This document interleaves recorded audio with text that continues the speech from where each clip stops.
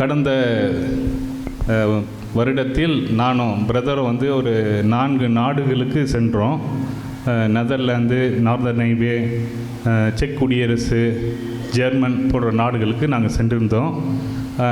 எங்களுக்கு 2 பேருக்குமே ஒரு ப்ராப்ளம் என்னென்னா, கொஞ்சம் பனியில் போனால் கூட எங்களுக்கு ஒத்துக்காது. சைனஸ் ப்ராப்ளம் இருக்குது, எங்கள் 2 பேருக்குமே இருக்குது.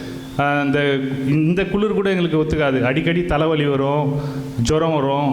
அது மாதிரி இந்த சைனஸ் இருக்கிறதுனால அது மாதிரியான ப்ராப்ளம். ஆனால் நாங்கள் போன கண்ட்ரி பார்த்திங்கன்னா எல்லாமே பனி பிரதேசங்கள். அதில் போகிறப்ப நாங்கள் ரொம்ப நான் கொஞ்சம் தைரியமாக இருக்கிற மாதிரி தான் இருந்தேன். ஆனால் அங்கே போய் ஏதாவது கொஞ்சம் சிக்காயிடுச்சுன்னா நம்ம இங்கே இருக்கிற மாதிரியான சிச்சுவேஷன் இங்கே கிடையாது. நம்ம இங்கே தெருவுக்கு 4 டாக்டர் இருக்காங்க, அங்கெல்லாம் அப்படி கிடையாது.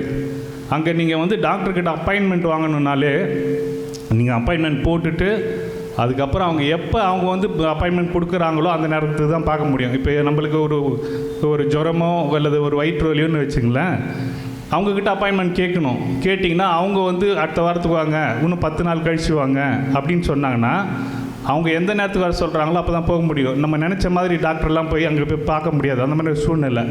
2வது, இங்கே மெடிக்கல் ஷாப்புக்கு போனாலே தலைவலிக்குது, வயிற்று வலிக்குது, மாத்திரை கொடுங்கன்னா கொடுத்துருவாங்க. அங்கே அந்த மாதிரி சூழ்நிலை கிடையாது. ஆனால் இப்போ நாங்கள் அந்த மாதிரி போன நாடுகள் எல்லாமே பனி பிரதேசன்றதுனால நான் கொஞ்சம் பயம் இருந்துச்சு. அங்கே போய் நம்மளுக்கு ஏதாவது சிக்காயிட்டோம், 2 பேருக்குமே அந்த ப்ராப்ளம் இருக்கிறதுனால சிக்காயிட்டோம்னா என்ன பண்ணுறது அப்படின்றது ஒரு பெரிய கேள்விக்குறி தான். ஆனால் எங்கள் 2 பேருக்குமே எந்த விதமான ஒரு தொல்லையும் இல்லாமல் ஆண்டவர் எங்களை பாதுகாத்தார். அதே போல் அங்கேருந்து இங்கே வர வரைக்கும் எங்களுக்கு எந்த விதமான ஒரு சளியோ மற்ற தலைவலியோ போன்ற அது மாதிரியான பிரச்சனைகள் எதுவும் ஏற்படாத மாதிரி ஆண்டவர் எங்களை பாதுகாத்தார். பாதுகாத்த தேவனுக்கு நன்றி சொல்லுகிறேன். இங்கே இது சாட்சியாக நிறுத்திய கர்த்தாதி கர்த்தனுக்கு கோடியான கோடி நன்றிகளை தெரிவித்துக்கிறேன். நாமத்துக்கு மகிமை உண்டாவதாக. ஆண்டவராகிய இயேசு கிறிஸ்துவின் நாமத்தில் உங்களுக்கு என் அன்பின் வாழ்த்துக்களை தெரிவித்துக் கொள்கிறேன். சோஷியல் மீடியாவின் மூலமாய் பார்த்து கொண்டிருக்கிற தேவ பிள்ளைகள் ஒவ்வொருவருக்கும் நான் இயேசுவின் நாமத்தினாலே வாழ்த்துக்களை தெரிவித்துக் கொள்கிறேன். இந்த நாளிலுமாய் கர்த்தர் நமக்கென்று தியானிக்கும்படியாய் கொடுத்த ஒரு வேத வசனம் நீதிமொழிகள் 11ஆம் அதிகாரம் 8வது வசனம். நீதிமொழிகள் 11:8. நீதிமான் இக்கற்றினின்று விடுவிக்கப்படுவான், நீதிமான் இக்கட்டினின்று விடுவிக்கப்படுவான் என்று சொல்லி கர்த்தருடைய வேத வசனம் சொல்லுகிறது. இன்றைக்கு மனிதர்களாகிய நம்முடைய வாழ்க்கையிலே சில நேரங்களிலே ஒரு இக்கட்டான சூழ்நிலை உருவாகும். சிலருக்கு வியாதியினாலே இக்கட்டான சூழ்நிலை உருவாகலாம், சிலருக்கு பணக்குறைவினாலே அப்படிப்பட்ட சூழ்நிலை உருவாகும். ஒரு சிலருக்கு அவள் செய்கிற தொழிலிலே நஷ்டங்கள் வரும்பொழுது ஒரு இக்கட்டான சூழ்நிலை ஏற்படும். சிலருக்கு மந்திரவாதிகளினாலே பாதிக்கப்பட்டு அப்படிப்பட்ட நிலைமையில் அவர்கள் தவிக்கும் பொழுது அந்த இக்கட்டான சூழ்நிலையிலிருந்து யார் எங்களை விடுதலை செய்ய முடியும் என்று சொல்லி அநேக நேரங்களிலே ஜனங்கள் கலங்கி தவிக்கிறதை நாம் பார்க்கிறோம். இந்த இக்கட்டான சூழ்நிலையிலிருந்து நம்மை விடுதலை செய்கிறவர் நம்முடைய ஆண்டவராகிய இயேசு கிறிஸ்து மாத்திரமே. அதனால்தான் இந்த வேத வசனம் சொல்லுகிறது, நீதிமான் இக்கட்டினின்று விடுவிக்கப்படுவான். யார் நீதிமான் என்று சொல்லி நாம் பார்க்கும் பொழுது, இயேசுவின் இரத்தத்தினாலே கழுவப்பட்ட நிச்சயத்தை பெற்றுக்கொண்ட ஒவ்வொரு தேவ பிள்ளைகளும் நீதிமான் என்று சொல்லி வேதம் சொல்லுகிறது. ரோமர் 5ஆம் அதிகாரம் 9வது வசனத்திலே இப்படியாய் சொல்லப்பட்டிருக்கிறது, நாம் அவருடைய இரத்தத்தினாலே நீதிமான்களாக்கப்பட்டிருக்கிறோம். இயேசு நமக்காய் சிந்தின இரத்தத்தை நாம் நம்முடைய பாவங்களை அறிக்கையிட்டு அவருடைய இரத்தத்தினாலே கழுவி என்னை பரிசுத்தமாக்கும் என்று சொல்லி உண்மையாய் கேட்கும் பொழுது கர்த்தர் நம்முடைய பாவங்களை கிருபையாய் மன்னித்து நமக்கு ரட்சிப்பை கொடுத்து இயேசுவின் பிள்ளை என்கிற நீதிமான் என்கிற அந்த அதிகாரத்தை தேவன் ஒவ்வொருவருக்கும் கொடுக்கிறதை நாம் பார்க்கிறோம். இரண்டாவதாக யார் நீதிமான் என்று சொல்லி நாம் பார்ப்போம் என்றால், எசேக்கியேல் 18ஆம் அதிகாரம் 5-9 வரையுள்ள வசனங்களை நாம் பார்க்கும் பொழுது ஒரு பெரிய பட்டியல் அங்கு சொல்லப்பட்டிருக்கதை நாம் பார்க்கிறோம். அதை நாம் வாசிக்க கேட்கலாம். எசேக்கியேல் 18:5. ஒருவன் நீதிமானாயிருந்து நியாயத்தையும் நீதியையும் செய்து மலைகளின் மேல் சாப்பிடாமலும் இஸ்ரவேல் வம்சத்தாரின் நரகலான விக்கிரங்களுக்கு நேராக தன் கண்களை ஏறெடுக்காமலும் தன் அயலானுடைய மனைவியை தீட்டுப்படுத்தாமலும் தூர ஸ்திரியோடே சேராமலும் ஒருவனையும் ஒடுக்காமலும் கொள்ளையிடாமலும் இருந்து கடன் வாங்கினவனுக்கு அடைமானத்தை திரும்ப கொடுத்து தன் அப்பத்தை பசித்தவனுக்கு பங்கிட்டு வஸ்திரமில்லாதவனுக்கு வஸ்திரம் தரிப்பித்து வட்டிக்கு கொடாமலும் பொலிசை வாங்காமலும் அநியாயத்துக்கு தன் கையை விலக்கி மனிதருக்குள்ள வழக்கை உண்மையாய் தீர்த்து என் கட்டளைகளின்படி நடந்து என் நியாயங்களை கைக்கொண்டு உண்மையாய் இருப்பானாகில் அவனே நீதிமான், அவன் பிழைக்கவே பிழைப்பான் என்று கர்த்தராகிய ஆண்டவர் சொல்லுகிறார் என்று சொல்லி எசேக்கியேல் தீர்க்கதரிசியின் மூலமாய் கர்த்தர் நமக்கு நீதிமானுக்குரிய தகுதிகளை வெளிப்படுத்துகிறதை நாம் இந்த வேத வசனங்களின் வாயிலாக அறிந்து கொள்ள முடிகிறது. இப்படிப்பட்ட காரியத்தை செய்கிற தேவ பிள்ளைகளை மாத்திரமே கர்த்தர் இக்கட்டிலிருந்து விடுவிப்பார் என்று சொல்லி வேதம் தெளிவாய் நமக்கு சொல்லுகிறது. நீதிமான் இக்கட்டான சூழ்நிலையிலிருந்து விடுவிக்கப்படுவான் என்று சொல்லி நாம் இந்த வேத வசனங்களின் வாயிலாக அறிந்து கொள்ள முடிகிறது. வேதத்தில் அநேக நீதிமான்களை குறித்து நாம் பார்க்கிறோம். தேவனால் தெரிந்து கொள்ளப்பட்ட அநேக தேவ பிள்ளைகள் கர்த்தருக்கென்று உண்மையாய் நீதிமான்களாய் வாழ்ந்திருக்கிறார்கள். அவர்களில் ஒரு 3 பேரை குறித்து நாம் இந்த நாளிலே தியானிக்கலாம். முதலாவதாக யோபுவை குறித்து நாம் தியானிக்கலாம். யோபு நீதிமானாயிருந்தான். அவன் கர்த்தருக்கு பயந்து ஒரு உண்மையுள்ள மனிதனாக வாழ்ந்தான் என்று சொல்லி நாம் வேதத்தின் வாயிலாக அறிந்து கொள்ள முடிகிறது. யோபு 1ஆம் அதிகாரத்திலே இப்படியாய் சொல்லப்பட்டிருக்கிறது. 1ஆம் அதிகாரம் 1வது வசனத்திலே, ஊஸ் தேசத்திலே யோபு என்னும் பேர் கொண்ட ஒரு மனுஷன் இருந்தான். அந்த மனுஷன் உத்தமனும் சன்மார்க்கனும் தேவனுக்கு பயந்து பொல்லாப்புக்கு விலகிறவனுமாயிருந்தான். அவன் ஒரு நீதிமானாக யோபு வாழ்ந்ததை குறித்து நாம் பார்க்க முடிகிறது. இப்படியாய் அவன் நீதிமானாய் வாழ்ந்து கொண்டிருக்கும் பொழுது அவனுக்கு விரோதமாய் சாத்தான் எழுப்பி நிற்கதை நாம் பார்க்கிறோம். அவன் கர்த்தரிடத்திலே வந்து அவன் சொல்லுகிறான், நீர் அவனை கர்த்தர் அவனை பார்த்து கேட்கிறாய், என் தாசனாகிய யோபின் மேல் கவனம் வைத்தாயோ? உத்தமனும் சன்மார்க்கனும் தேவனுக்கு பயந்து பொல்லாப்புக்கு விலகணுமாகிய அவனை போல பூமியில் ஒருவனும் இல்லை என்று கர்த்தர் சாத்தானிடத்திலே யோபுவை குறித்து சாட்சி கொடுக்கிறதை நான் பார்க்கிறோம். அப்படிப்பட்ட ஒரு நீதிமானாக யோபு வாழ்ந்து வந்தார். ஆனால் அந்த மனிதனுக்கு விரோதமாய் சத்துரு எழும்பின பொழுது பாருங்க, அவன் ஒரே நாளிலே எல்லாவற்றையும் இழந்தார். கர்த்தர் அவனுக்கு சாத்தானுக்கு அனுமதி கொடுக்கிறார். அவனுடைய உயிரை மாத்திரம் நீ தொடக்கூடாது என்று சொல்லி அவனுக்கு அனுமதி கொடுத்த பொழுது பாருங்க, சாத்தான் அவரை எல்லா விதங்களிலும் அவனுடைய சொத்துக்கள், அவனுடைய பிள்ளைகள் எல்லாவற்றையும் அவன் எடுத்துக்கொள்கிறதை நாம் பார்க்கிறோம். இப்படிப்பட்ட இக்கட்டான சூழ்நிலையில் கூட யோபு கர்த்தருக்கு பயந்து நீதிமானாய் வாழ்ந்தான். எல்லாவற்றையும் இழந்து அவன் நிற்கிறதை நாம் பார்க்கிறோம். அவனுடைய கழுதைகள், ஆடு மாடுகள், வேலையாட்கள் எல்லாம் சுட்டெரிக்கப்பட்டது. அவனுடைய 10 பிள்ளைகளும் அவர்கள் மரித்து போகிறார்கள். அது மாத்திரமல்ல, அந்த நீதிமானுக்கு கூட பாருங்க, அவனுக்கு அவனுடைய சரீரத்திலே வியாதிகள் தன்னுடைய ஓட்டை எடுத்துக்கொண்டு அவன் சுரண்டி கொண்டு உட்கார்ந்தான் என்று சொல்லி நாம் பார்க்கிறோம். இப்படி இக்கட்டான சூழ்நிலைகள் வந்தபொழுது கூட நீதிமானாயிருந்த யோபு ஒரு வார்த்தை கூட தேவனை பற்றி அவன் சொல்லவில்லை, குறை சொல்லவில்லை, தன்னுடைய நாவினாலே பாவம் செய்யவில்லை என்று சொல்லி 1:22வது வசனத்தில் நான் பார்க்க முடிகிறது. அவன் நீதிமானாய் இருந்தபடியினாலே கர்த்தருக்கு பயந்து உண்மையாய் வாழ்ந்தான். எல்லா நெருக்கங்களையும் எல்லா இழப்புகளையும் யோபு தாங்கி கொண்டிருந்தான். அவனுடைய மனைவி கூட அவனை பார்த்து அவனை திட்டுகிறதை நாம் பார்க்கிறோம். ஆனாலும் யோபு சொல்லுகிறான், தேவன் கையிலே நன்மையை பெற்ற நாம் தீமையை பெற வேண்டாமோ என்று சொல்லி அவனுடைய மனைவியை கடிந்து கொண்டு அவன் கர்த்தருக்கு பயந்து உண்மையாய் இருக்கிறதை நாம் பார்க்க முடிகிறது. யோபு 5:16 எப்படியாய் சொல்லப்பட்டிருக்கிறது, 6 இக்கட்டுகளுக்கு உம்மை கர்த்தர் நீங்களாக்கி விடுவார் என்று சொல்லி. அப்படியான இக்கட்டான சூழ்நிலைகள் 6 அவனுடைய வாழ்க்கையில் வந்த போதில் கூட கர்த்தர் அவனை விடுவித்து பாதுகாத்தார். யோபு 15:24 இக்கட்டும் நெருக்கமும் என்னை சூழ்ந்து கொண்டது என்று சொல்லி அவன் சொல்லுவதை பார்க்கிறோம். இப்படியாக பல விதங்களிலே நீதிமானாயிருந்த யோபுக்கு நெருக்கங்களும் பாடுகளும் உபத்திரவங்களும் வியாதிகளும் வந்தபொழுது கூட கர்த்தர் அவனோடு கூட இருந்து அந்த இக்கட்டான சூழ்நிலையிலிருந்து யோபுவை விடுவித்து அவனை ஆசீர்வதித்தை நாம் பார்க்க முடிகிறது. பாருங்க, அவன் கர்த்தருக்கு பயந்து உண்மையாய் இருந்தபடியினாலே இழந்த எல்லாவற்றையும் அவன் இரட்டத்தனையாக பெற்றுக்கொண்டான்.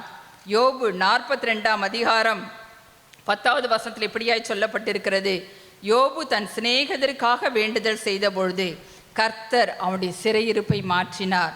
யோபுக்கு முன்னிருந்த எல்லாவற்றை பார்க்கிலும் இரண்டத்தனையாய் கர்த்தர் அவனுக்கு தந்தளினார். அந்த இக்கட்டான சூழ்நிலை யோபுனுடைய வாழ்க்கையிலே வந்தது, நெருக்கங்கள் வந்தது, வியாதிகள் வந்தது, இழப்புகள் வந்தது, எல்லா சொத்துக்கள் எல்லாவற்றையும் இழந்து அவன் தனி மனிதனாக நின்ற பொழுது கூட பாருங்க, அவன் கர்த்தருக்கென்று உண்மையாயிருந்தான். அவன் நீதிமானான். தன்னுடைய நாவினாலே அவன் கர்த்தரை குறை சொல்லவில்லை. கர்த்தர் எல்லாவற்றையும் பார்த்தார். அவனுக்கு இழந்து போன எல்லாவற்றையும் இரட்டிப்பாக கொடுத்து யோபுவை நாம் ஆசீர்வதித்ததை பார்க்க முடிகிறது. அவன் நீதிமானாய் இருந்தபடியினாலே இழந்து போன எல்லாவற்றையும் இரட்டத்தனையாக யோபு பெற்றுக்கொண்டான். அப்படியாய் நம்முடைய வாழ்க்கையில் கூட சில நேரங்கள் சத்துருவினாலே போராட்டங்கள் வரும்பொழுது, இழப்புகள் வரும்பொழுது நாம் கர்த்தருக்கென்று உண்மையாய் இருப்போம் என்று சொன்னால் கர்த்தர் நாம் இழந்த எல்லாவற்றையும் இரட்டத்தனையாய் திரும்ப தருவார். ஏனென்றால் நாம் இயேசுவின் இரத்தத்தினாலே கழுவப்பட்டிருக்கிறோம். அவருடைய கட்டளைகளின்படி நடந்து அவருடைய நியாயங்களை கை கொண்டு உண்மையாய் இருக்கும் பொழுது கர்த்தர் எல்லாவற்றையும், இழந்த எல்லாவற்றையும் நமக்கு இரட்டிப்பாய் கொடுத்து ஆசீர்வதிப்பார். அதே போல நாம் தாவீதை குறித்து நாம் பார்க்கிறோம். தாவீது கூட கர்த்தருக்கு பிரியமுள்ள ஒரு மனுஷனாய் இருந்தான். அவன் ஒரு நீதிமானாய் இருந்தான் என்று சொல்லி நாம் வேதத்திலே அறிந்து கொள்ள முடிகிறது. அப்படிப்பட்ட தாவீதினுடைய வாழ்க்கையிலே கர்த்தர் அவனை சிறு வயதிலே ராஜாவாக அபிஷேகம் பண்ணினார். பரிசுத்த ஆவியானவர் அவனோடு கூட இருந்தார்.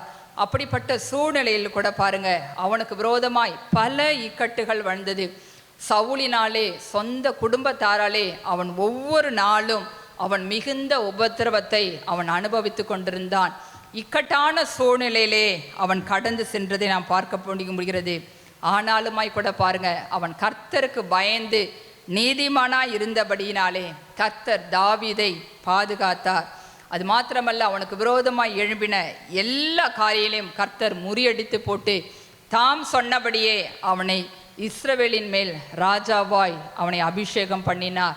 அவன் இஸ்ரவேல் ஜனங்களை ஆட்சி செய்யும்படியான கிருபையை நீதிமானாயிருந்த அந்த தாவீதுக்கு கர்த்தர் கொடுத்தார் என்று சொல்லி நாம் வேதத்திலே பார்க்க முடிகிறது.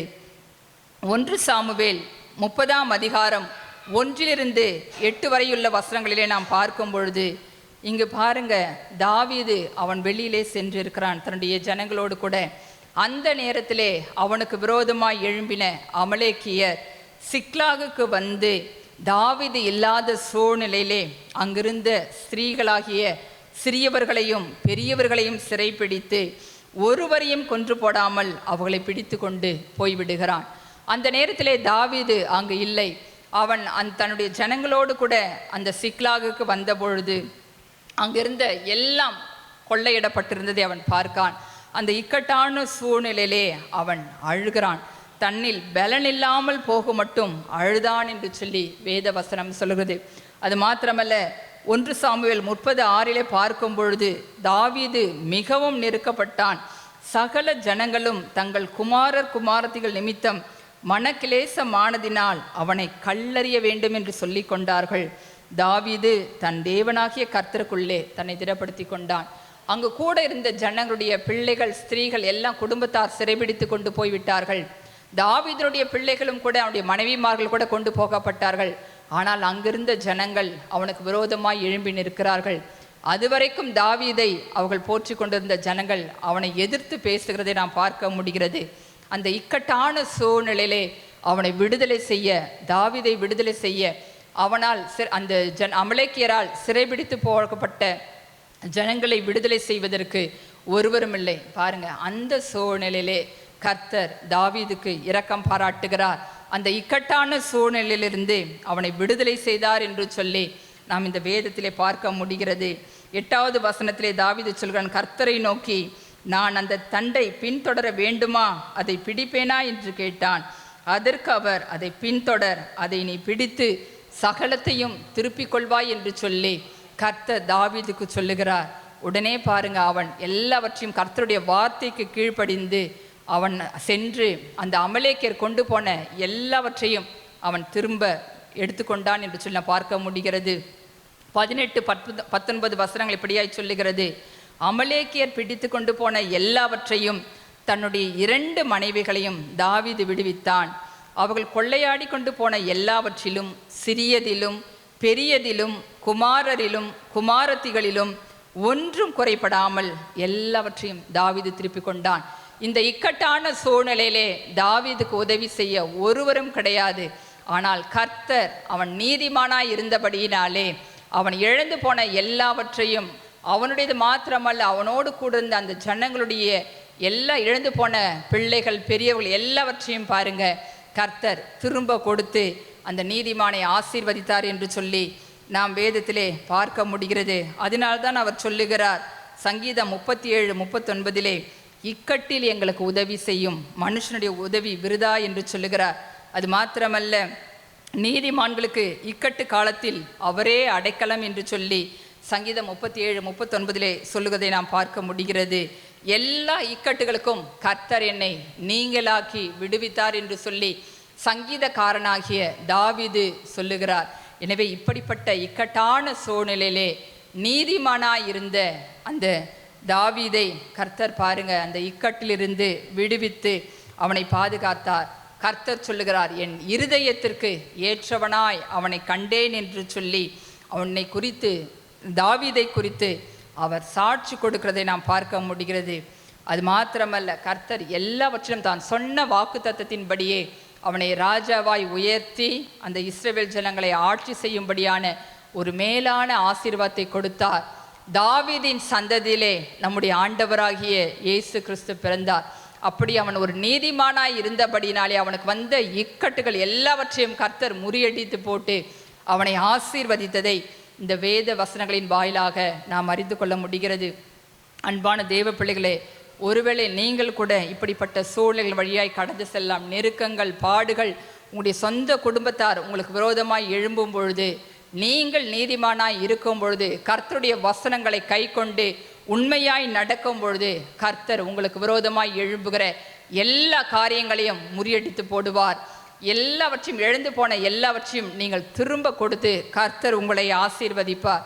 எந்தெந்த காரியங்களிலே நீங்கள் எல்லாவற்றையும் இழந்து நிற்கிறீர்களோ, கண்ணீர் வடிக்கிறீர்களோ, அந்த காரியத்திலே கர்த்தர் உங்களுக்கு இரட்டிப்பான ஆசீர்வாதங்களை கொடுத்து நீங்கள் கர்த்தருடைய பிள்ளை, நீதிமான் என்கிறதை நிரூபிக்கும்படியாய் கர்த்தர் உங்களை ஆசீர்வதித்து உயர்த்துவதை புறஜாதி ஜனங்கள் கண்டு அவர்கள் கர்த்தருக்கு பயப்படுவார்கள்.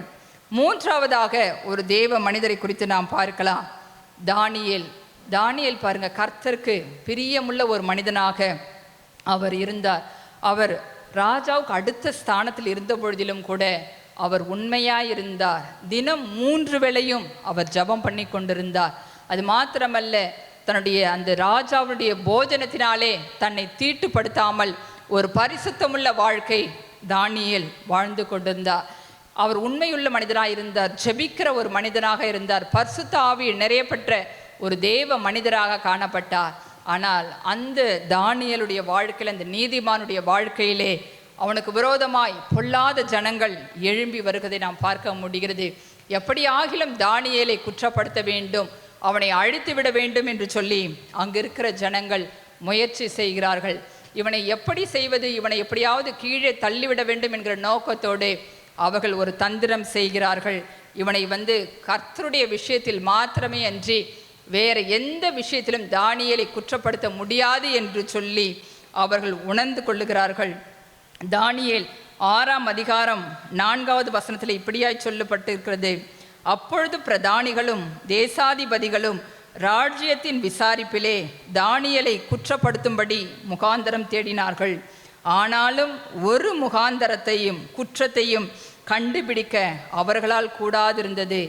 அவன் உண்மையுள்ளவனாயிருந்தபடியால் அவன் மேல் சுமத்த யாதொரு குற்றமும் அவர்களுக்கு காணப்படவில்லை. எப்படியாகிலும் தானியேலை குற்றப்படுத்தி அவனை அந்த பதவியிலிருந்து கீழே தள்ளிவிட வேண்டும் என்று சொல்லி அங்கிருக்கிற ஜனங்கள், பிரதானிகள், தேசாதிபதிகள் முயற்சி செய்கிறார்கள். ஆனால் தானியேல் ஒரு நீதிமானாய் இருந்தபடியினாலே கர்த்தர் அவனை பாதுகாத்தார். உடனே அங்கே இருக்கிற ஜனங்கள் அவனை என்ன செய்கிறார்கள்? ராஜாவை தவிர வேறு ஒருவரிடத்திலும் விண்ணப்பம் செய்யக்கூடாது என்று சொல்லி தந்திரமாக அவர்கள் ஆலோசனை பண்ணி அதை தரியு ராஜாவிடத்திலே கொண்டு போகிறார்கள். ராஜாவை உம்மை தவிர யாரிடத்திலும் விண்ணப்பம் வைக்கக்கூடாது, அப்படி வைக்கப்படுகிறவர்கள் சிங்க கபியிலே போடப்பட வேண்டும் என்கிற ஒரு காரியத்தை நீர் செய்ய வேண்டும் என்று சொல்லி அவனிடத்திலே பேசுகிறார்கள். பாருங்க, வேறு வழி இல்லாமல் அந்த ராஜாவும் அந்த பத்திரத்துக்கு அவர் கையெழுத்து வைக்கிறார்.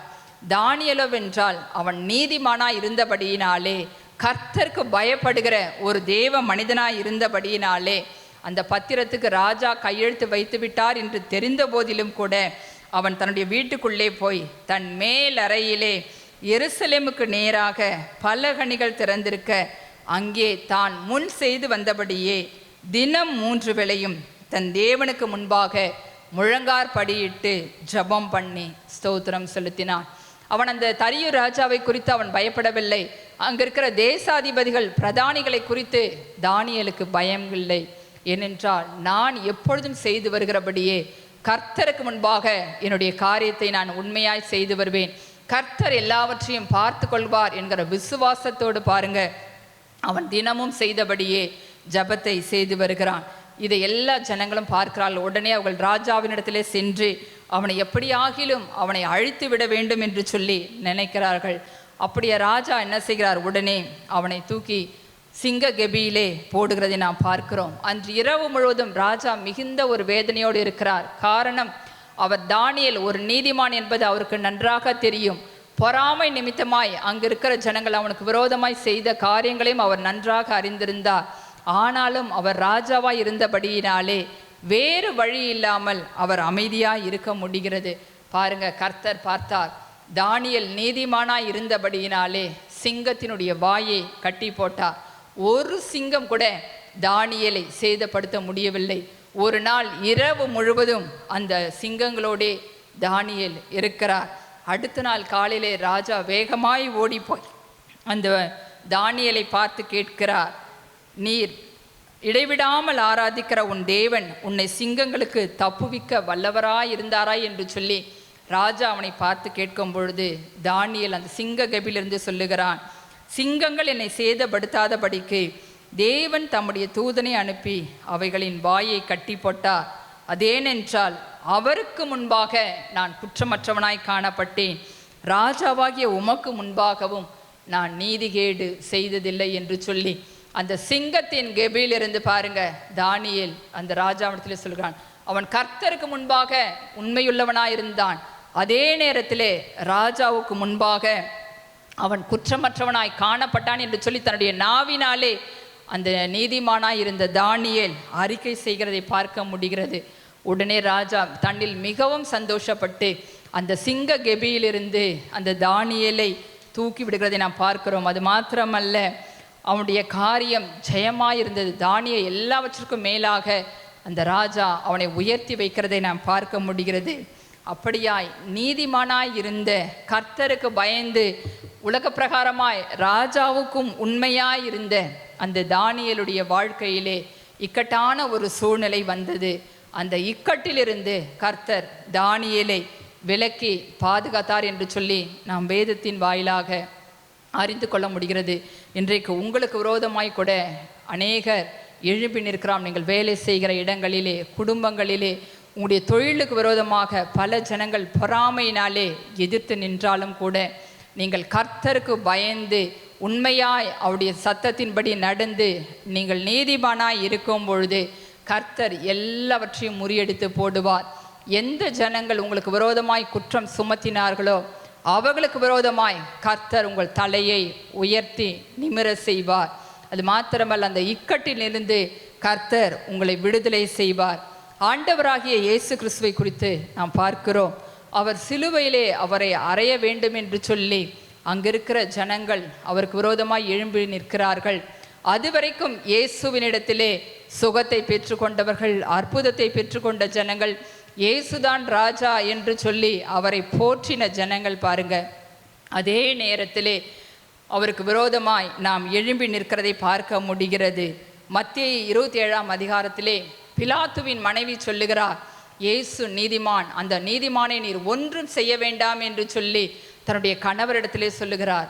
பிலாத்துவும் அந்த ஜனங்களை பார்த்து சொல்லுகிறான், அவர் நீதிமானாய் இருக்கிறார், அவரை ஏன் சிலுவையிலே அறைய வேண்டும் என்று சொல்லி அந்த ஜனங்களிடத்திலே கேட்டபொழுது அந்த ஜனங்கள் பாருங்க, அங்கே இருக்கிற அந்த வேத பாரகரையும் பரிசேயருடைய பேச்சை கேட்டுக்கொண்டு அவர்கள் சொல்லுகிறார்கள், பிலாத்து சொல்லுகிறான், இந்த நீதிமானுடைய இரத்த பழிக்கு நான் குற்றமற்றவன், அவர் நீதிமானாய் இருக்கிறார், அவரை நான் விடுதலை செய்ய வேண்டும் என்று சொன்ன பொழுது அங்கே இருக்கிற ஜனங்கள் அதை ஏற்றுக்கொள்ளவில்லை. உடனே இந்த நீதிமானை நீங்கள் சிலுவையில் அறைய வேண்டும் என்று சொல்லி அவர்கள் இயேசுக்கு விரோதமாக எழும்புகிறார்கள். அது மாத்திரமல்ல, அவர்கள் அடுத்து ஒரு காரியத்தை சொல்லுகிறார்கள், நான் குற்றமற்றவன் என்று நீங்களே பார்த்து கொள்ளுங்கள் என்று பிலாத்து சொன்ன பொழுது அங்கே இருக்கிற ஜனங்கள் எல்லாரும் சொல்லுகிறார்கள், இவனுடைய இரத்த பழி எங்கள் மேலும் எங்கள் பிள்ளைகள் மேலும் இருப்பதாக என்று சொன்னார்கள்.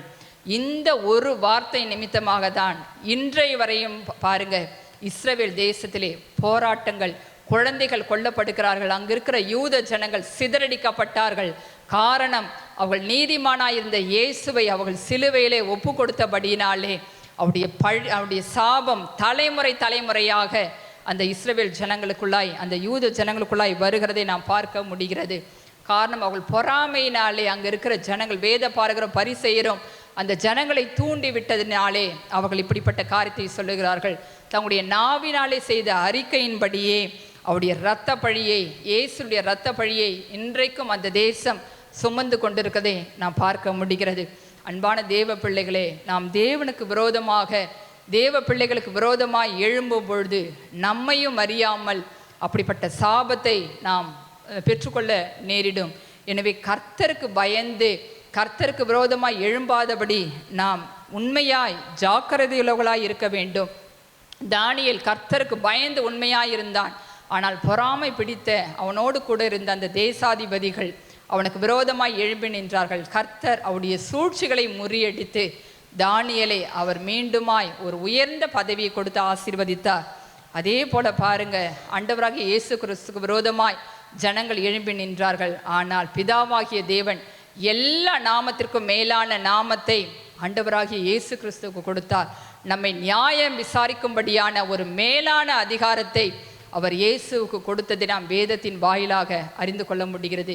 அப்படிப்பட்ட இக்கட்டான சூழ்நிலைகள் தேவ பிள்ளைகளுக்கு விரோதமாய், தேவனுடைய உண்மையாய் ஊழியம் செய்கிற பிள்ளைகளுக்கு விரோதமாய், கர்த்தரை நேசிக்கிற பிள்ளைகளுக்கு விரோதமாய் வந்தாலும் எல்லா இக்கட்டினின்றும் கர்த்தர் அவர்களை விடுதலை செய்வதற்கு உண்மையுள்ளவராயிருக்கிறார். காரணம், நீதிமான் இக்கட்டினின்று விடுவிக்கப்படுவான் என்கிற வேத வசனத்தின்படி இந்த நாளிலுமாய் கூட கர்த்தருடைய இரத்தத்தினாலே கழுவப்பட்ட தேவ பிள்ளைகள் ஒவ்வொருக்கு விரோதமாய், அதே போல கட்டளையின்படி நடக்கிற தேவ பிள்ளைகளுக்கு விரோதமாய் எழும்புகிற எல்லா அந்தகார வல்லமைகளையும், மனுஷிக வல்லமைகளையும், அது மாத்திரமல்ல பொறாமையினால் செய்யப்படுகிற எல்லா காரியங்களையும் கர்த்தர் முறியடித்து போட்டு எல்லா இக்கட்டுகளுக்கும் அந்த ஜனங்களை விலக்கி பாதுகாப்பார் என்று சொல்லி நாம் வேதத்தின் வாயிலாக அறிந்து கொள்ள முடிகிறது.